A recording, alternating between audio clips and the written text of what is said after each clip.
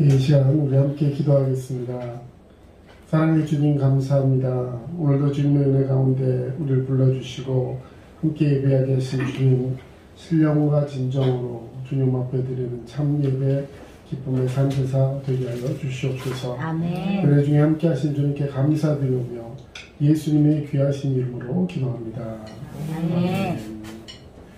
예, 이 시간 우리 함께 찬양합니다. 주의 이름 아래서, 그리고 하나님 아버지의 마음 두고 함께 찬양하겠습니다.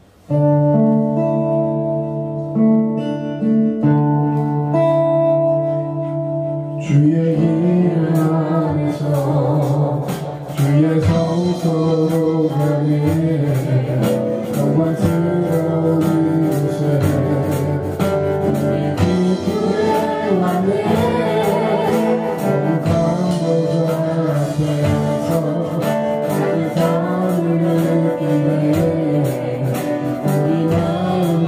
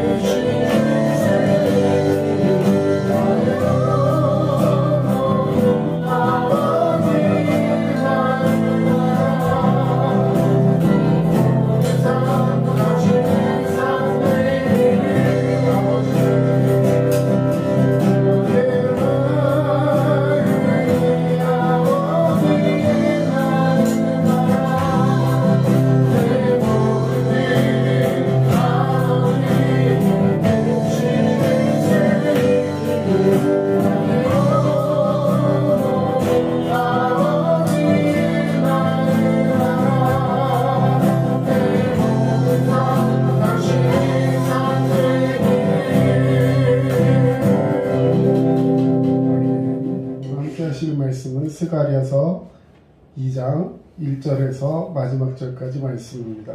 한 절씩 교독하도록 하겠습니다.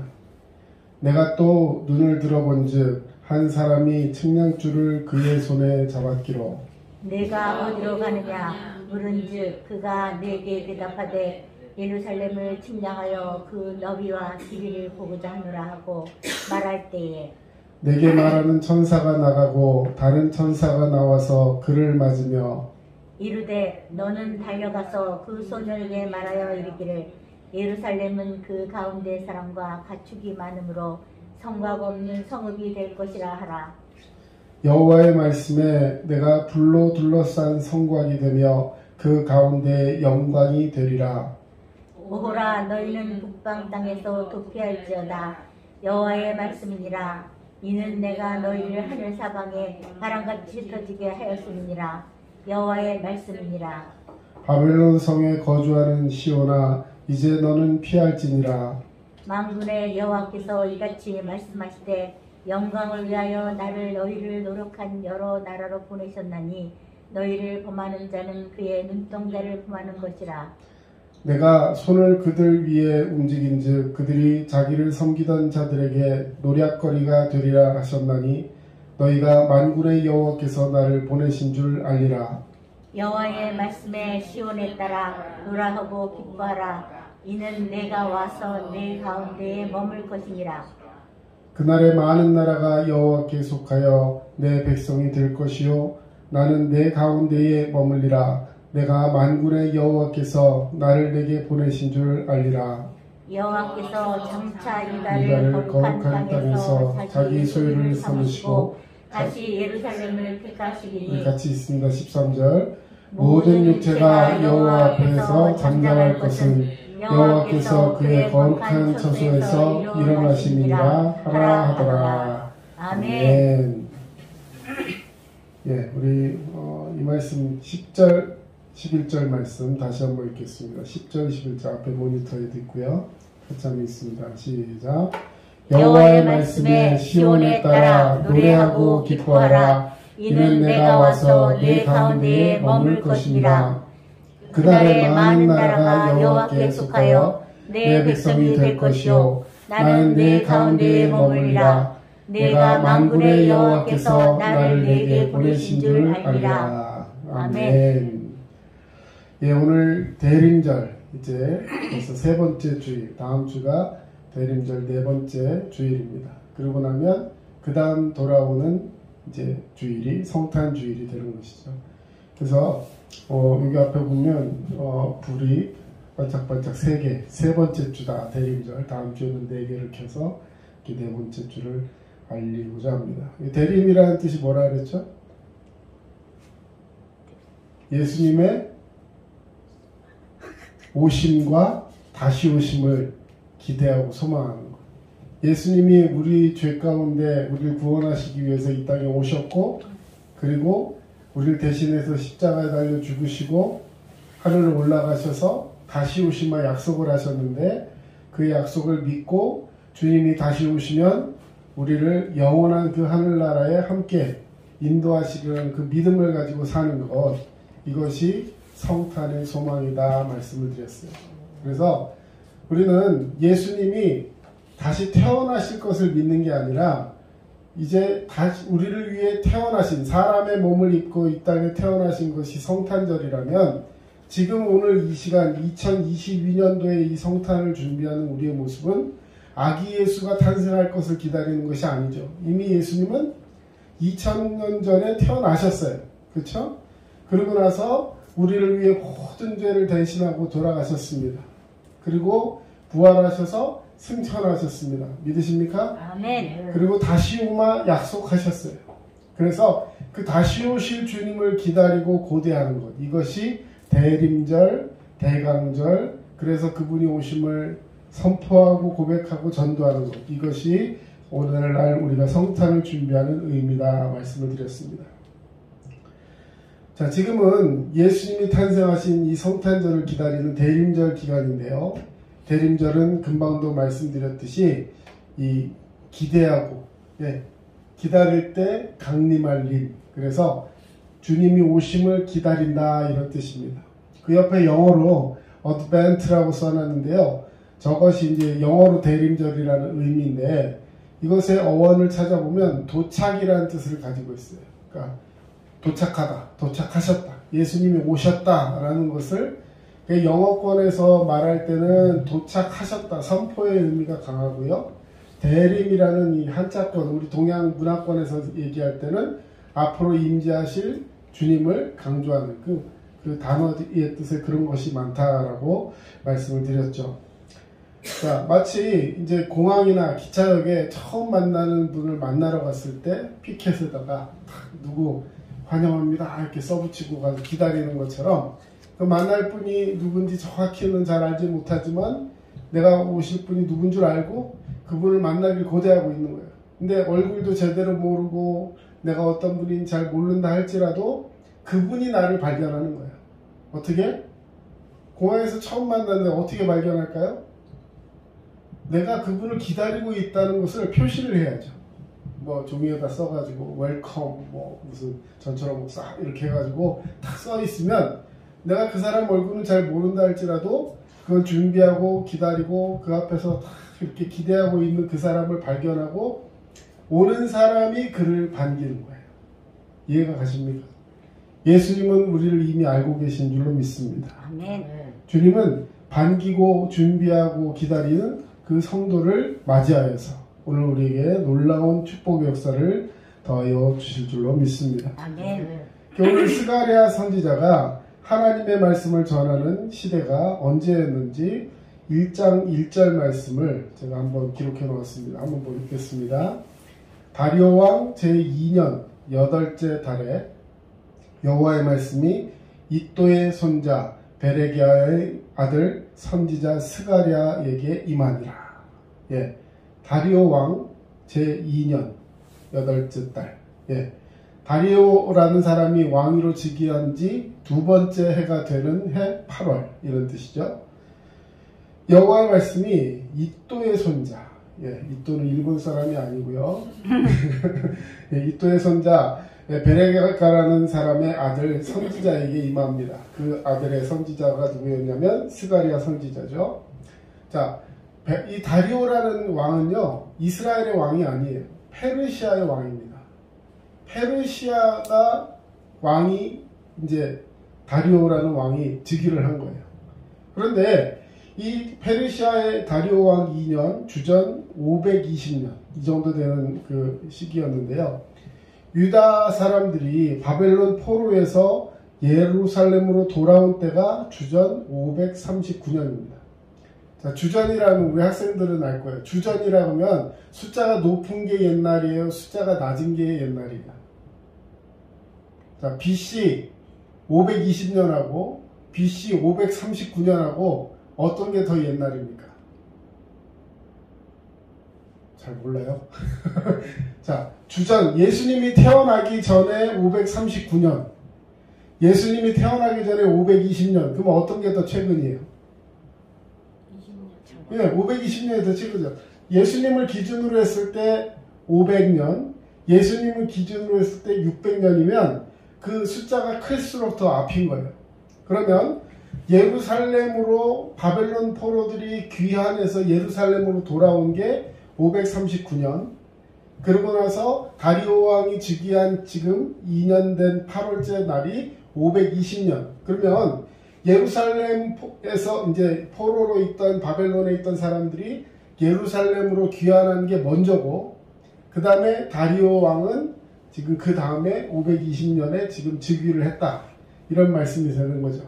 다시 말해 무슨 상황이냐면 이스라엘 백성들이 바벨론의 포로로 끌려갔다가 이 바벨론이라는 나라가 페르시아에 의해 망합니다. 그러고 나서 페르시아의 왕이 된 사람이 다리오 왕이라는 거예요. 그래서 이 페르시아가 왕이 되면서 나라를 정권을 잡으면서 바벨론에 잡혀있던 노예들을 풀어줍니다. 풀어줘서 너네 고국으로 돌아가라. 이렇게 되는 거예요. 자, 그렇게 하고 나서 이제 이미 고국으로 갔어요. 그러고 나서 십몇 년이 지난 거죠. 자, 고향으로 돌아온 지 19년이 지난 때에 하나님께서 스가랴 선지자를 통해서 유대인들에게 하고 있는 말씀, 이것이 스가랴 선지자의 이 말씀인 거죠. 유다인들은 고국으로 돌아오면 이제 두 다리 쭉 뻗고 이제 지금까지 노예로 있었고 힘들었는데 고향 땅으로 돌아가게 됐으니까 얼마나 반갑고 좋습니까? 그렇죠? 예를 들어 일본의 포로로 끌려가가지고 우리나라에 있지도 못하고 일본으로 끌려갔던 사람이 이제 니네 나라로 돌아가라 해서 나라로 돌아왔어요. 얼마나 좋아요. 그렇죠? 고향에 돌아가면 두 다리 쭉 뻗고 옛날에 엄마 아빠가 해주던 맛있는 밥 먹고 막 이렇게 행복하게 지낼 줄 알았는데 막상 그리던 고향으로 돌아가 보니까 상황이 어때요? 예루살렘 성벽은 다 무너지고 아무것도 없는 상황에 이제 말하자면 예루살렘을 다시 세워야 되고, 그뿐만 아니라 성벽은 무너져 있고 성전도 없고 아무것도 없습니다. 또 뭐도 없어요? 자기가 살 집도 없어요. 아무것도 없는 거예요. 말만 가라고 했지 뭐 이 사람들이 거기다가 집을 져주고 성전을 져주고 준비 다 해서 인프라 만들어주고 아이들 교육할 수 있도록 학교를 지어주고 이게 아니잖아요. 그냥 가라. 와 신난다고 왔는데 와보니까 허허 벌판에 자 성벽이 없으니까 나를 보호해줄 수단이 하나도 없는 거예요. 심지어 밤에 늑대, 이길대, 뭐 들개들 이런 것들이 뭐 왔다 갔다 하기 때문에 생명도 위협받습니다. 심지어 주변에 있는 나라들이 호시탐탐 노리면서 늘 막 깡패처럼 하는 사람들이 주변에 득식을 하기 때문에 언제 자기가 어떻게 될지 알지 못하는 그런 절체절명의 위기 속에서 지금 나라를 세워나가야 하는 것입니다. 자, 그러니까 이제 고향으로 돌아온 지 19년이 됐는데 뭔가 조금 이루어지고 성전도 짓고 성벽도 재건하고 자기의 집들도 좀 완성이 되고 막 이런 상황이 돼야 되는데 아무것도 없다 보니까 쉽지가 않아요. 자, 그래서 뭐부터 해야 돼요? 지금 이스라엘 사람들, 하나님 믿는 사람들입니다. 뭐부터 해야 돼요? 성전을 지어야죠. 성전을 지어야 되는 거예요. 또 성벽도 다시 쌓아야 됩니다. 그런데 뭐도 해야 된다고요? 자기 먹고 살 궁리도 해야 되는 거예요. 자, 성전 건축도 해야 돼요. 하나님의 일을 해야 합니다. 그런데 하다 보니까 내 앞에 놓여있는 내 할 일도 산더미예요. 자, 상황이 이렇다 보니까 삶이 힘들다 보니 하나님 성전 짓는 것이 눈에 들어오지가 않아요. 성전은 단순한 건물 이상의 의미가 있습니다. 하나님이 여기 우리와 함께 하신다는 의미를 가지고 있기 때문에 성전을 잘 지어놓고 이스라엘 백성들이 하나님 앞에 하나로 결집되는 거, 이거 굉장히 중요한 상황인 거예요. 이걸 위해서 바벨론에서 예루살렘으로 돌아온 거잖아요. 자, 그랬는데 성전을 바라보고 성전에 예배드리고 하나님 만나고 하나님 음성 듣고 하나님께 위로받고 세임 얻어서 살기를 원하는데 현실은 아무것도 준비가 되어 있지 않아요. 예, 거기다가 이제는 그런 영적으로 공허한 상태 속에서 이제 마음은 점점 더 궁핍해지죠. 예, 추위는 다가오죠. 해마다 반복은 되지만 아무것도 이루어지지 않는 것 같은 그런 암담함 속에서 자기 앞길도 제대로 닦지 못하는 겁니다. 하나님 일도 못하고 자기 일도 제대로 안 되고 사람들이 마음에 기쁨이 있을까요? 점점 힘들겠죠. 네? 해가 거듭할수록 나아지는 게 아니라 아이고 차라리 노예로 있었어도 거기서는 그냥 밥이라도 제대로 주고 했었는데, 자, 이게 언제랑 비슷해지냐면 모세가 이스라엘 백성들을 이끌고 가나안 땅으로 나올 때 애굽의 노예로 400년 이상을 있었던 사람들이요, 노예 근성이 탁 잡혀 있으니까 어떤 마음이 들어요? 우리 하나님이 인도하시는 저 가나안 땅으로 갑시다 하고 나왔는데 막상 나와 보니까 먹을 것도 없지, 네? 옷도 없지, 아무것도 뭐 주어지는 게 없습니다. 매일같이 만나를 주신다고 해서 처음엔 너무 맛있는 것 같았는데 맨날 똑같은 거 먹다 보니까 질려. 네? 그러니까 사람들이 불평하죠. 우리가 애굽에 있을 때는 거기서 그 고기도 먹고 향신료, 마늘, 파, 뭐 부추 이런 거 시커 먹었는데 여기 와 보니까 맨날 주는 거랑은 이거 뭐 만나라고 했는데 막 고개를 절레절레 하면서 차라리 우리를 이끌고 나온 저 모세, 저 어디다 묻어버리고 다시 애국으로 갈까? 뭐 이런 말들이 막 나오는 거예요. 모세도 기가 막혔겠지만 그들이 인도에 오고 계신 하나님이 보실 때 얼마나 마음이 아프셨을까요? 자, 여러분, 이스라엘 백성들이 마치 그와 같은 상태로 마음은 점점 더 궁핍해지고 삶은 여전히 피폐하고 어려운 상황 속에 있었습니다. 이때 하나님께서 스가랴 선지자에게 말씀을 주셨습니다. 이 어려운 시대에 주신 하나님의 말씀, 이것이 바로 스가랴서인 것입니다. 오늘 여러분, 성탄을 맞이하는 준비하는 이 시기 속에서 우리가 하나님 말씀을 붙들고 어려움 속에서 늘 하나님의 함께 하신다는 것을 잊지 말고 꼭 승리하는 저와 여러분 되시기를 주의 이름으로 축원합니다. 아멘. 하나님께서 다시 너희들을 찾아오실 것이다. 지금 너희가 하나님이 계시지 않은 것 같고 성전도 없고 성벽도 마무리가 안 되고 이런 어려움 속에 있어서 하나님 우리 버리셨나? 이런 마음속에 공허하다면 두려워하지 마. 내가 꼭 다시 너희를 찾아갈 거야. 너희들과 함께 할 것이다. 너희들의 잃어버린 영광을 다시 회복시켜 주실 것이다. 너희를 구원할 메시아를 보내실 것이다. 할렐루야. 아멘. 그럼 이것이 복음인 줄로 믿습니다. 아멘. 하나님 말씀이 없어 지쳐있는 그들에게 큰 힘이 되었습니다. 아무리 열심히 일해도 꿈을 이루지 못하는 사람들에게 희망을 주었습니다. 말씀 묵상을 통해서 오늘 저와 여러분에게도 동일한 믿음의 역사가 일어나기를 주의 이름으로 축원합니다. 아멘. 생활에 얽매여서 하나님에 대한 관심이 서서히 사라져가는 하나님의 백성들에게 하나님께서 오늘 이 말씀을 통해서 세 가지 격려의 말씀을 주십니다. 첫 번째로 믿음의 지경, 믿음의 지평을 넓혀 가라는 거예요. 오늘 본문 1절에서 5절은 스가랴가 본 환상입니다. 측량줄을 잡은 한 사람이 예루살렘을 측량하려고 합니다. 줄로 재는 거예요. 측량줄로 예루살렘이 얼마나 큰가 재는 겁니다. 천사가 하나님의 말씀을 전합니다. 4절에 이르되 너는 달려가서 그 소년에게 말하여 이르기를 예루살렘은 그 가운데에 사람과 가축이 많으므로 성곽 없는 성읍이 될 것이라 하라. 자, 예루살렘이 성곽, 성벽이 없는 성읍이 될 것이다. 자, 이거는 지금 현재 성읍이 없어요. 이 성곽이 없어요. 지금은 굉장히 불안하고 초조하고 아무것도 없는, 옛날에는 이 성곽이 우리 저번에 어디 가다가 저희 딸이 이 남대문 동대문 이런 걸 보다가 야, 옛날에 그럼 이게 성으로 다 둘러싸여 있었다는 건가 하면서 되게 멋있겠다 이런 얘기를 해요. 자, 그렇게 성벽이 있어야지 외부로부터 오는 적을 막을 수가 있죠. 자, 그런데 성벽이 없는 성곽, 성곽이 없는 성읍, 이건 무슨 얘기냐면요, 그것처럼 그냥 보안이나 이런 것이 없어서 위태하다 이런 뜻이 아니라 이 성이 너무나 빠르게 크다 보니까 성벽을 만들 새가 없을 정도로 번창해 나간다는 거예요. 계속해서 쭉쭉쭉쭉 뻗어나가서 도저히 경계를 정할 수 없을 정도로 오늘은 요만큼이 우리 땅이었는데 자고 일어나 보니까 저기까지 우리 땅이고, 네? 그 앞에 있는 사람들 알아서 도망가고 엎드리고 조공 바치고 항복하면서 우리 성으로 들어오는 상황이 된다는 거예요. 하나님의 역사를 통해서 부흥의 역사가 일어나게 되는 줄로 믿습니다. 아멘.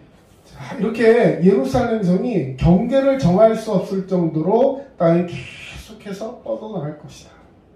여러분이 하나님과 함께함으로 하나님께서 여러분에게 성곽이 없는 성읍을 허락하여 주실 줄로 믿습니다. 아멘. 자, 여러분, 예배로 시작해서 사역으로 나아가는 믿음의 확장이 우리 가운데 일어나야 돼요. 우리 가운데 예배가 제일 중요하다는 이유가 뭐냐면 예배가 바로 모든 것의 시작이 되기 때문에 그래요. 그래서 이 교회를 세우고 세팅을 할 때도 제일 중요한 것이 뭐냐면 앉아서 예배하는 우리에게 은혜가 있는 시간이 되어야 하는 줄로 믿습니다. 아멘. 예배를 잘 드리지도 못하는데 선교, 사역, 구제, 여러분 그것은 사실 그 다음 얘기인 거예요. 그래서 이 작은 교회가 하나님 앞에서 열심을 회복하고 믿음으로 서기 위해서 가장 중요한 것이 뭐냐라고 한다면 바로 예배로 먼저 세워져야 한다는 것입니다. 그렇게 하다 보면 그 다음에 다른 사역들이 보이기 시작해요. 그래서 우리 두드림교회도 하나님 말씀 앞에서 하나님 임재하신 곳, 이 예루살렘이라는 것은 교회를 상징하고 하나님이 임재하는 곳, 그 예배의 처소를 의미하는 거예요. 오늘날 우리에게 바로 이 교회 개인적으로 적용하면 하나님 자녀인 우리 자신이 예배로 세워져야 한다는 것입니다. 그래서 하나님 자녀들의 믿음의 지평이 크게 넓어지기를 원하신다면 먼저 예배로 주님 앞에 나아가야 합니다. 아멘. 어려운 상황, 그것은 의미가 없어요. 어려움은 어려운 대로, 부유함은 부유한 대로, 시간이 있으면 시간이 있고 시간이 없으면 없는 대로 그 자기의 자리에서 최선을 다하는 모습을 하나님이 기뻐하시는 줄로 믿습니다. 아멘. 성경에 보면 예수님 시대에 한 과부가 성전에 나와서 헌금을 합니다. 헌금을 한다는 것은 그냥 예배에 참석해서 앉아서 헌금통에 넣는 것이 아니라 그 성전에 들어가면서 하나님 앞에 드리는 예물이에요. 그런데 이것이 그냥 온라인으로 해서 이렇게 드리는 것도 아니고 몰래 그냥 이렇게 헌금함을 이렇게 바구니를 돌리면 그냥 하는 것도 아니고 지나가면서 자기가 지나가면서 그 앞에 있는 궤에다가 헌금을 넣게 돼 있어요. 근데 부자들은 약간 과시하는 의미도 있고 또 많이 드린다는 것을 하기 위해서 이 은전이나 이런 것들을 바꿔와가지고요. 자루에서 그냥 한번 이렇게 툭 놓으면 되는데 쭉 붓는 거예요. 쭉 보면 어떻게 할까요? 옆에 있는 사람들이 보면서 우와 하면서 쳐다보는 거죠. 야 대단하다. 저분은 참 부자고 축복도 많이 받았는데 저렇게 참 믿음도 좋네 하면서 막 헌금을 많이 하는 그 모습을 물론 과시하려고 한 건 아니겠지만 그 모습을 보면서 다른 사람들도 뭔가 도전을 받고 귀감을 얻겠죠. 그러면서 또 헌금을 내는 사람도 약간 뿌듯한 마음도 있지 않겠습니까? 네, 여러분도 과시하는 건 아니지만 하나님 앞에 그렇게 열심을 내고 최선을 다하는 믿음 되시길 축원합니다. 아멘. 네, 근데 이 두 렙돈을 가지고 헌금을 하는 이 여인. 근데 이 두 렙돈이라는 건 원래 우리 돈으로 치면 하루에 한 끼, 두 끼 이 정도 먹을 수 있는 그런 돈인 거예요. 근데 이 여인에게는 그 돈이 한 달 생활비였어요. 한 달 먹고 자고 물값 내고 해야 되는 모든 걸 통틀어서 아끼고 쪼개고 살아야지 겨우 살 수 있는 돈이 두 렙돈이었어요. 근데 그걸 가져와서 몰래 넣습니다. 사람들이 보고요. 그러면 그 조금 넣으면은 그냥 넘어가 주면 되는데 전부 다 이렇게 쳐다봐요. 이런 식으로 하면서 그 여인의 헌금이 너무 작다. 이런 식으로 하면서 사람들이 약간 정죄하는 듯한 그런 느낌을 받을 수 있었어요. 본인이 그렇게 느꼈는지 모르지만 하여튼 그런 마음이 좀 있었나 봐요. 그때 예수님이 이렇게 이야기하셨죠. 여기 있는 모든 사람 중에 저 여인이 가장 많이 넣었다. 네, 많이 넣었다. 저는 그 말씀을 처음에는 조금 오해하는 걸 가졌어요. 왜? 예수님이 누가 얼마 헌금하라 그것만 찾아보고 계신가? 근데 그게 아니었어요. 그 다음 말이 중요합니다. 저 여인은 자기가 가진 전부를 넣었다. 여러분, 그 사람이 부자인지 아닌지 물론 겉모습을 보고도 판단할 수 있지만 그게 전부인지 아닌지는 누구만이 아실 수 있는 거예요. 예수님만, 하나님만 아시는 거예요. 그 여자가 예를 들어 가난한 척하지만 집에 이만한 금송아지가 있는지 그거 어떻게 알아요? 하나님이 그 중심을 보신다는 것입니다. 아멘. 하나님은 저와 여러분이 예배로 승리하기를 원하시는 줄로 믿습니다. 아멘. 그리고 주님 앞에 점점 나아가서 하나님의 나라를 위해서, 교회를 위해서, 이 나라 이 땅을 위해서 준비되어서 점점 더 주님 앞에 쓰임받는 믿음의 확장이 일어나기를 원하신다는 것입니다. 아멘. 오늘 본문 5절에 여호와의 말씀에 내가 불로 둘러싼 성곽이 되며 그 가운데에 영광이 되리라. 지금 너희는 성곽이 없는 성읍으로 인해 두려워하냐? 내가 불로 둘러싼 성곽이 되리라. 돌로 둘러싼 게 아니라 불로 둘러싸이니까 누구도 그를 침범할 수가 없죠. 하나님 지켜주십니다. 자, 그 다음 8절에 보시면 만군의 여호와께서 이같이 말씀하시되 영광을 위하여 너희를 노력한 여러 나라로 보내셨나니 너희를 범하는 자는 그의 눈동자를 범하는 것이라. 하나님이 지켜주신다는 거예요. 옛날에 너희를 노력하고 힘들게 했던 것들이 그들 가운데 있다면, 그들이 만약에 너희를 다시 침범한다면 그것은 무슨 일이냐? 그의 눈동자를 범하는 것이다. 하나님이 지켜보고 계신다는 거예요. 아멘. 예. 너희를 범하는 자는 그의 눈동자를 범하는 것이라. 하나님 자녀들에게 손대는 자는 하나님의 눈동자를 건드는 거라는 거예요. 그거 괜찮겠어요? 큰일 나죠. 하나님이 지켜보고 계시는데, 예? 그들을 탁 때리는 것 같지만 하나님이 그를 이렇게 딱, 저희 이렇게 한번 상상해 봅시다. 내가 안 보는 줄 알고, 부모가 안 보는 줄 알고 그 자녀를 누가 와서 괴롭히는 거예요. 막 괴롭히는데 딱 때리려고 보니까 그 부모가 옆에서 이르르 쳐다보고 있는 거예요. 예. 하나님이 우리를 혼자 놔두지 않으세요. 아멘. 함께 하시는 줄로 믿습니다. 네. 예. 신명기 32장 10절 여호와께서 그를 황무지에서 짐승이 부르짖는 광야에서 만나시고 호위하시며 보호하시며 자기의 눈동자같이 지키셨다. 이 연말에 여러분 이 말씀 붙드시기 원합니다. 여호와께서 그를 황무지에서 지키신대요.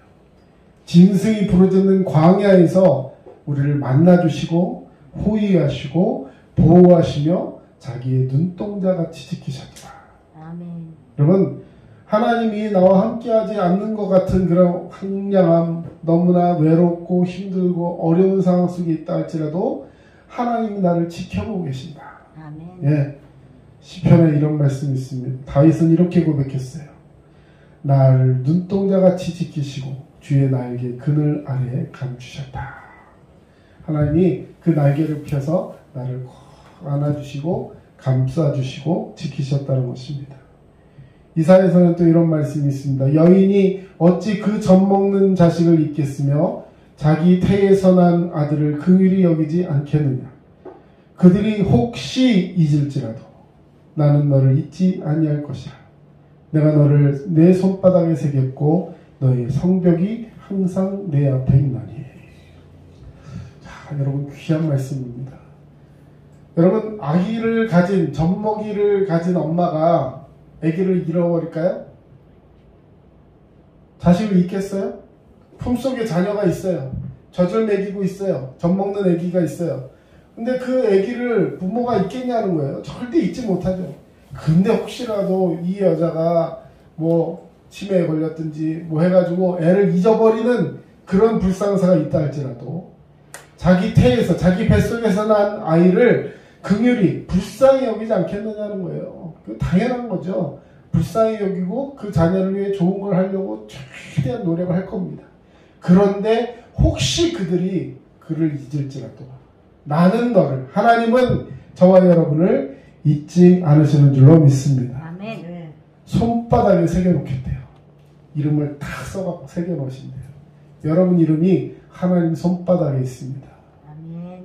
하나님께서 여러분을 지키실 줄로 믿습니다. 아멘. 자, 마지막으로 와서 내 가운데에 머물 것이라. 하나님이요, 지금 뭐라 그랬어요? 스가랴 그 시대의 사람들이 하나님이 그들과 함께 하셔야 된다고 생각하는데 성전은 무너졌죠. 성벽도 없죠.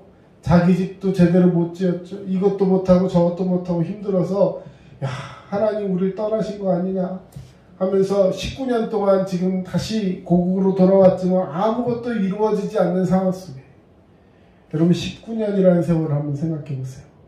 아이가 태어나서 이제 예를 들자면 태어나서 대학교 갈 나이가 된 거예요. 예. 근데 그동안 몸부림치면서 아무것도 없는 속에서 살아가면서 어떻게든 세워보려고 나라를 세우고 교회를 세우고 최선을 다해보았지만 나타난 결과는 하나도 없고 사람들에게 들리는 것은 암담한 소리일 뿐이고 누구도 그 노력에 대해서 인정해주지 않는 그런 암담함 속에 있을 때 하나님께서 너와 함께 할 것이다. 근데 어떻게 함께 하시냐면 와서 네 가운데 머물 것이다. 너 거기서 헤매지 말고 나 있는 대로 와. 하나님 오라고 막 하나님을 찾으라고 하시는 것이 아니라 여러분 아무것도 할 수 없는 상황에 아무리 둘러봐도 하나님 어디 계신지 모르는 그런 상황 속에서 하나님을 찾아오라 그러면 너무나도 막막해요. 그렇죠? 그런데 하나님이 직접 오신대요. 그리고 너를 찾을 것이래요. 그리고 너의 가운데 머물겠다 말씀하십니다. 그럼 나는 뭐하고 있었는데요? 소망 중에 내 자리를 지키면 되는 겁니다.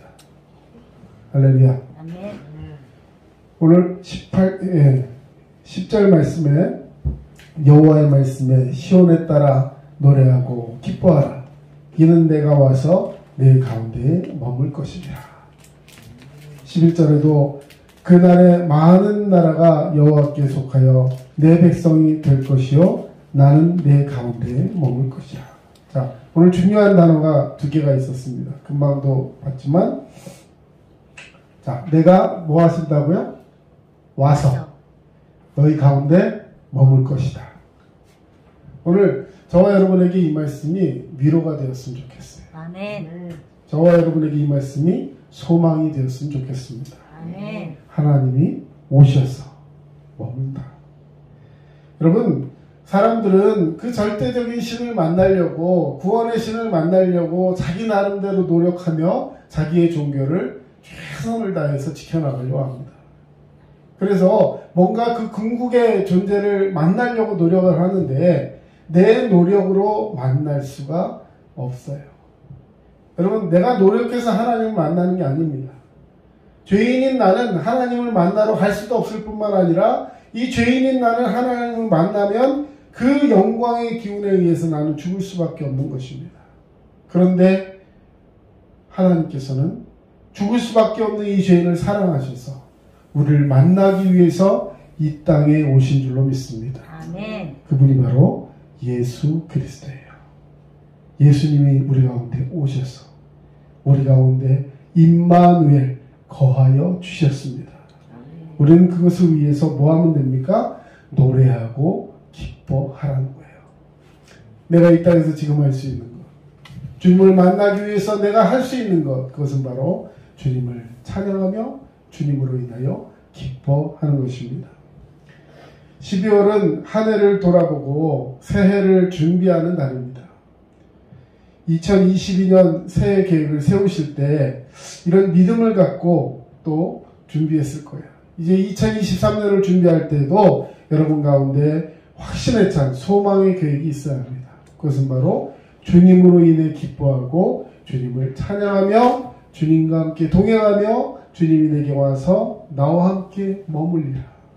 이 믿음을 가지고 살아계신 주님을 나의 삶의 영역에서 고백하고 나아가는 자가 되어야 할 줄로 믿습니다. 아멘. 베드로는 이렇게 고백했습니다. 주는 그리스도시요 살아계신 하나님의 아들이십니다. 여러분, 우리가 믿음으로 주님 앞에 서서 하나님은 내 가운데 함께 하시고 살아계신 하나님의 아들 예수 그리스도가 바로 나의 주님이십니다.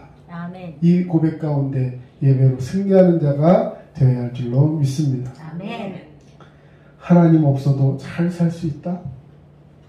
여러분, 19년 동안 뭔가 해보려고 했던 사람들, 하나님의 일을 해봤자 나한테 돌아오는 것도 없는 것 같고 당장 눈앞에 내 거를 해결해야 되는데 이거 누구도 안 도와줘요. 그런 생각에 빠져서 내 코가 석자다 이런 생각하면서 뭐 교회는 교회고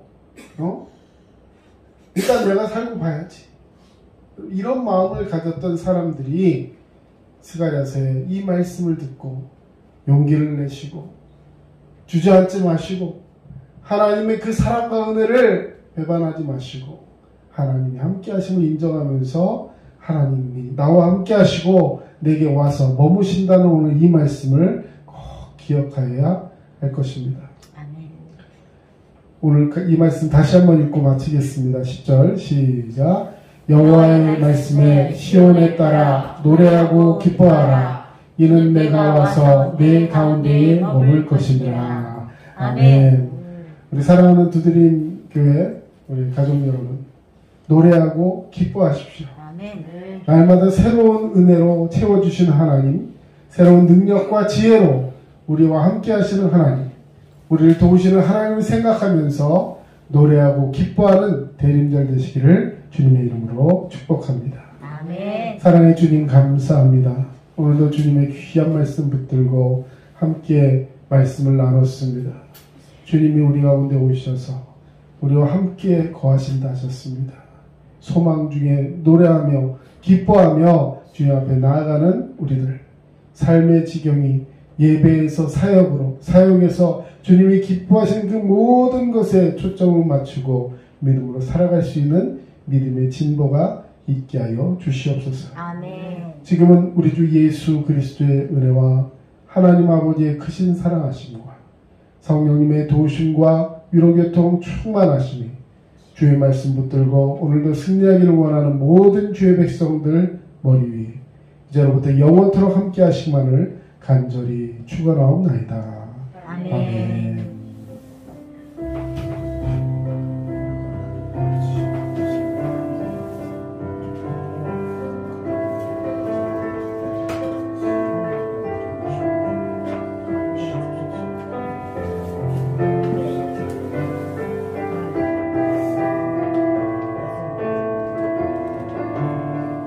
지금까지 남양주 다산신도시 두드림 침례교회 전철호 목사였습니다.